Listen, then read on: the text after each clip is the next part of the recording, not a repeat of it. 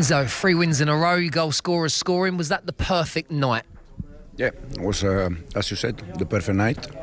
Semi-final, important. And it's a good result, but we have already the experience from Warsaw game, where we won 0-3 there, and then at home we struggled a little bit, so we need to be focused on the second leg. It looked like no grass, no problem. What were your thoughts on the performance? It looked like the first half was perfectly executed. Yeah, I think for 1 hour, 70 minutes, the performance was good. And then the last 20 minutes, we dropped a little bit, probably because, 0-3, 0-4, but we cannot drop, we cannot relax, because otherwise it's complicated always. But I think we have done a good job. Now we need to finish the job at home. You also had the luxury of making big changes at half-time, 4 changes, great players coming on. Managing the minutes like that, how much does that help with your Premier League aspirations as well? We try to manage players. We know that, we need to protect players. We decide to start in one way and to finish in different way. I think works quite well. But as I said, now we have game in 2 days, in 3 days. We're going to arrive in London 4 o'clock, 5 o'clock in the morning, and we have game Sunday, so we need to recover energy.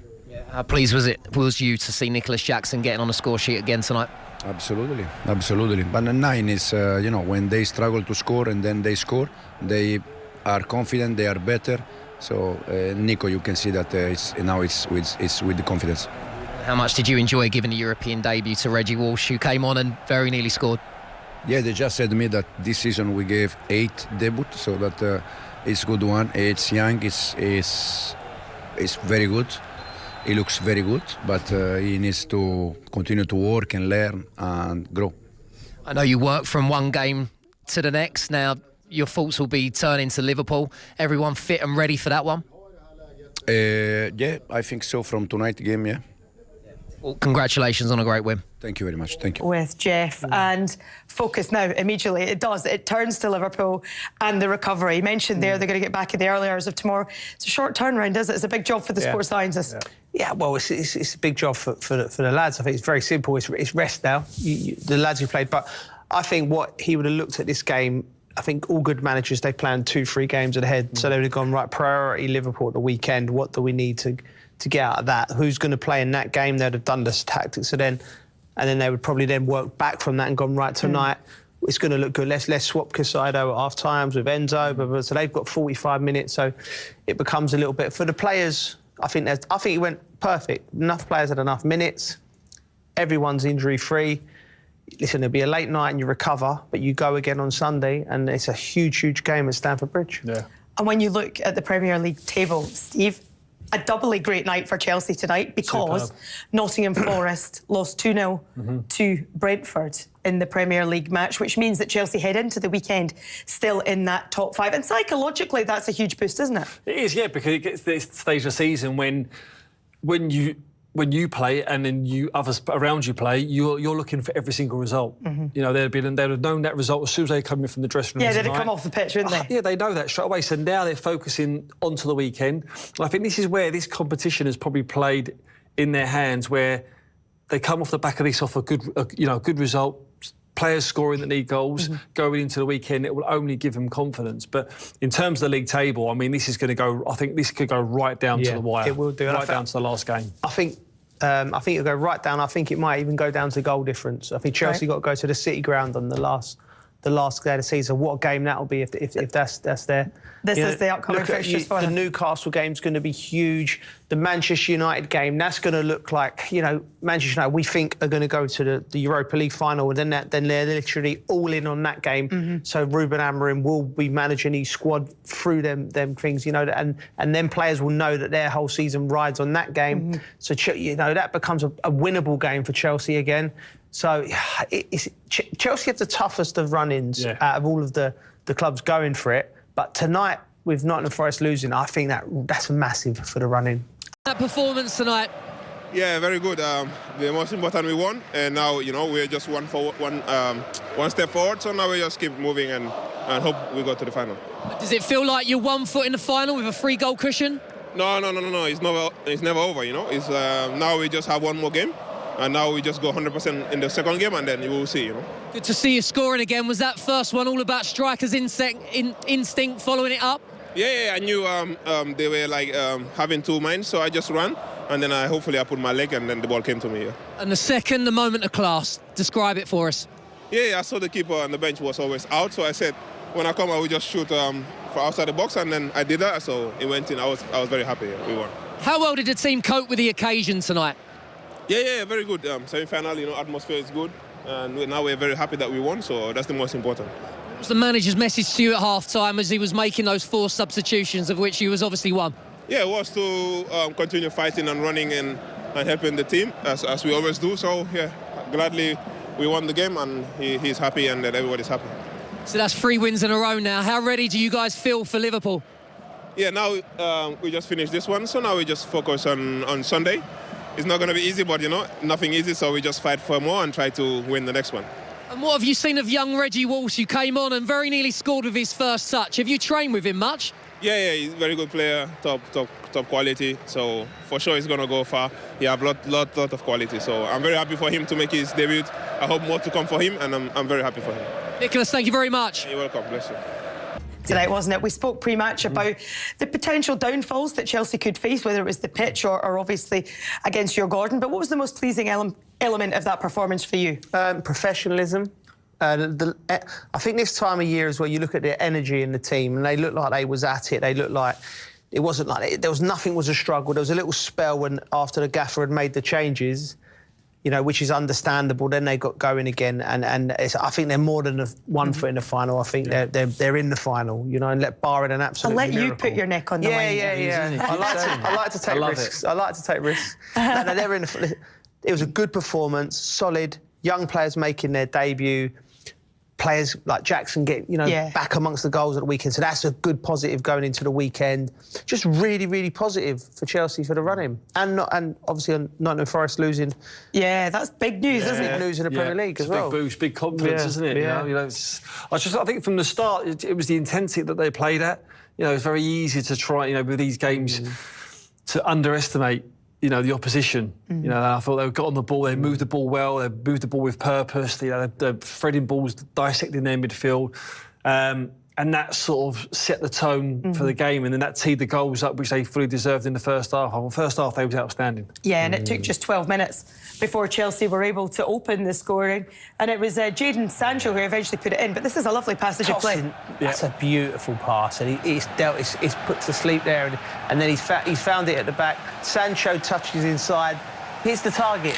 What they say to you, get hold of the ball, hit the target. Djurgaarden does really well here because he makes a run with purpose. And it takes Danielson away. And Sancho, you won't have all that time in the world ever again in this level, in the semi-final of a European competition, just to pick your spot and tuck it away. Questionable defending, but shot on target shows you anything can happen. Shot on target. Danielson had a bit of a night, he'd forget, but fantastic with Sancho. And it's good, he's scoring goals and he's assisting goals coming to the back end of the season. Really good for Chelsea. Yeah, the next one, Dewsbury Hall. Again, we said about the detail of the pass. I mean, that is just it's a decisive pass, weight of pass. And then Enzo, he knows what he's doing there. He's just taking one touch and literally just teeing it up for Madueke. I thought first half one absolutely run riot. The pace, his intensity, the way he was getting past the fullback, tucked it into the bottom corner, and just what they deserve. I thought he was absolutely outstanding. So Chelsea 2 goals up at half-time, and you have to say that was the least they deserved, wasn't it, to have a 2-goal advantage at the break. Enzo Maresca then put on 4 substitutions, and when you can bring on the likes of Nicholas Jackson, Cole Palmer, Trevor Chalobah and Moises Caicedo, it gives you an idea of just how strong the opposition are. And Nicholas Jackson didn't need long at all, did he? No. He got his goal at the weekend, and here they go, a bit like buses. Again, it's a gift. I mean, he overruns it, a mix-up with the keeper. He will never score an easier goal. I think what we'll say about Jackson, he is probably one of Chelsea. He's made himself one of Chelsea's most important players because he does this. He doesn't give up. He's hard work. He's aggressive. All of the things he might not be as measured as other players, but he gives you this. And nothing better when you're behind him as a midfielder, as me and Sis would know. when you've got a centre forward who will chase down everything, it's fantastic. And you like things like this come from the game before, or the game before that, where he's just relentlessly chasing defenders down. You know, it's easy for a striker to not track back and, you know, not try and dip a toe, but it's moments like that you earn them moments, and then them moments then bring you onto these ones here where your confidence is high. You've just earned yourself a goal. And amazing what he said in the first half. From the bench, he was watching the keeper. You see the keeper off his line. You see that where he was standing. So he knew as soon as that ball comes to him, he's even thinking now, look, the way he opened up his body, shifts it onto his left foot. He knows where he's going to put it. Great finish. And there is a man coming to fine form at the right time of the season. Instinctive as well, isn't it? A little bit like that goal at the weekend. Yeah. Again, I think he's a better finisher when he's instinctive. I think he's one of them. He'll develop and he'll improve, and he's got time on his side. But I've never had any problems with him with that type of goals where he's just shifting it and banging it, or at the weekend against Everton where he's dropped there and you knew he just had to get a good contact. What he needs to improve on is finishing from crosses, and also when he's got time and he has to slow himself down. But he can improve.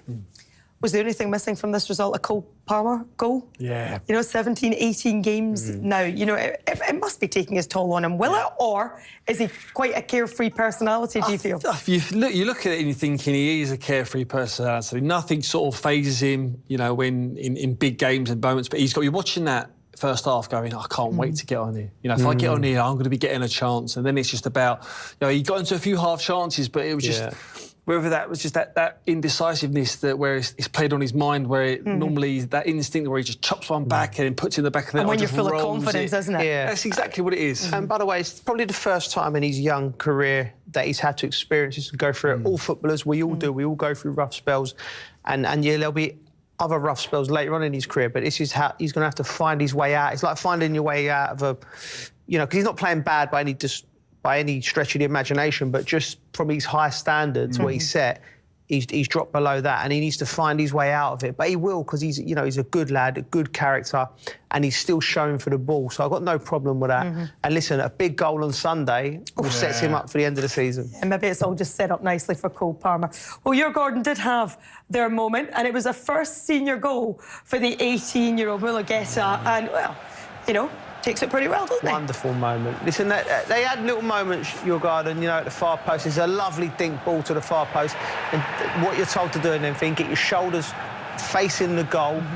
Look at this ball stood up there. Get your shoulders facing the goal and head it down. Bang, great moment for the young lad. Yeah, brilliant. And that is it. It's literally what you've been taught from a kid. You know, when the ball's up high, you head it down. You've got half a chance if it goes in. From a Chelsea point of view, I think they'd be disappointed in terms of being a free header or, you know, the way that they've got in. But, you know, take nothing away from the young lad. That's his night tonight, and one that he can look back on. Good to see memories. his mates having scored against Chelsea. I mean, it's a nice little moment for the 18-year-old. But you have to say, like, you know, they had another opportunity, didn't they? Djurgaarden, like, to make it 2, and he skied it over the bar. But their fans maintained the atmosphere, didn't they? They kept cheering them on, even at 4-1 down.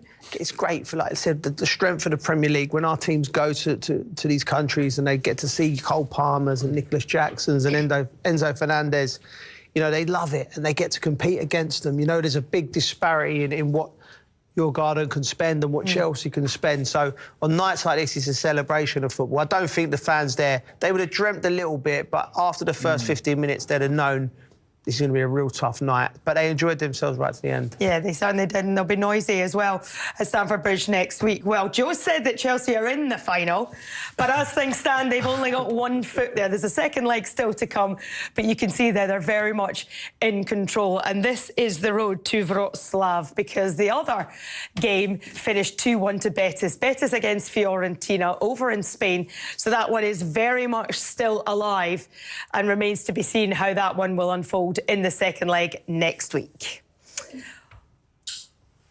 Well, here, Chelsea winning by 4-1 over... He's planned his way through these games. He's got minutes into players' legs. He's tried to... That man in your picture there, Nicholas Jackson, you know, getting him on at the right time. He's got his goals. Just get... All eyes now will be moving on to the weekend and Liverpool and the hunt for the Champions League place. The tie's done. Chelsea are going to Poland. I'm quite comfortable saying that from what I've seen tonight. Brilliant display from the lads. Fantastic. And you have to say, when you can bring 4 substitutes like that on at half-time, Djurgaarden must have been like, oh, my goodness. Yeah, that must have been a strategy, must have been before the game. That must have been the plan. I thought the start of the second half, to be honest, I didn't think they come out, out the traps, really. And Djurgaarden put it on them a little bit, but yeah, they weathered the storm. Jackson got on the score sheet, which is great. You'd love Cole Palmer to have scored, really. I mean, he's desperate for a goal, but yeah, they see it out. Job well done, really calm, in control. Now they can concentrate on this weekend, wait for the next tie, and just, as we said before the top of the show, just start ticking games off towards the back end of this season. And what a night for young Reggie Walsh. 16 years of age, and he almost scored after 35 Wonderful seconds. Strike, man. He looked so young, didn't he? And it's fantastic at any club when you see young players coming through. You know, Sid Zassani's born in 2008, which was scary, isn't it? It's really, really scary, And he is a lovely strike he hit, and he was unlucky. Yeah, you can see the stats there. Chelsea winning comprehensively and controlling pretty much everything in this. So a good day for the Chelsea fans who've made the journey out there. Always a good showing, isn't it, when Chelsea are away from home? And yeah, just a very good day at the office. A professional performance. 8 changes ahead of this one for Enzo Maresca's side. And it is now the first time they have ever won 6 consecutive away games in major European competitions. And Joe, 37 goals in 11 games. Pretty good showing, that, isn't it? Yeah, pretty good showing. Again, you're reluctant to get overexcited because, you know, it's the wrong competition for Chelsea to win, but you praise their professionalism. Well, somebody that scored 2 goals today, Nicholas Jackson. Let's hear from him. He's live with Jeff Brazier.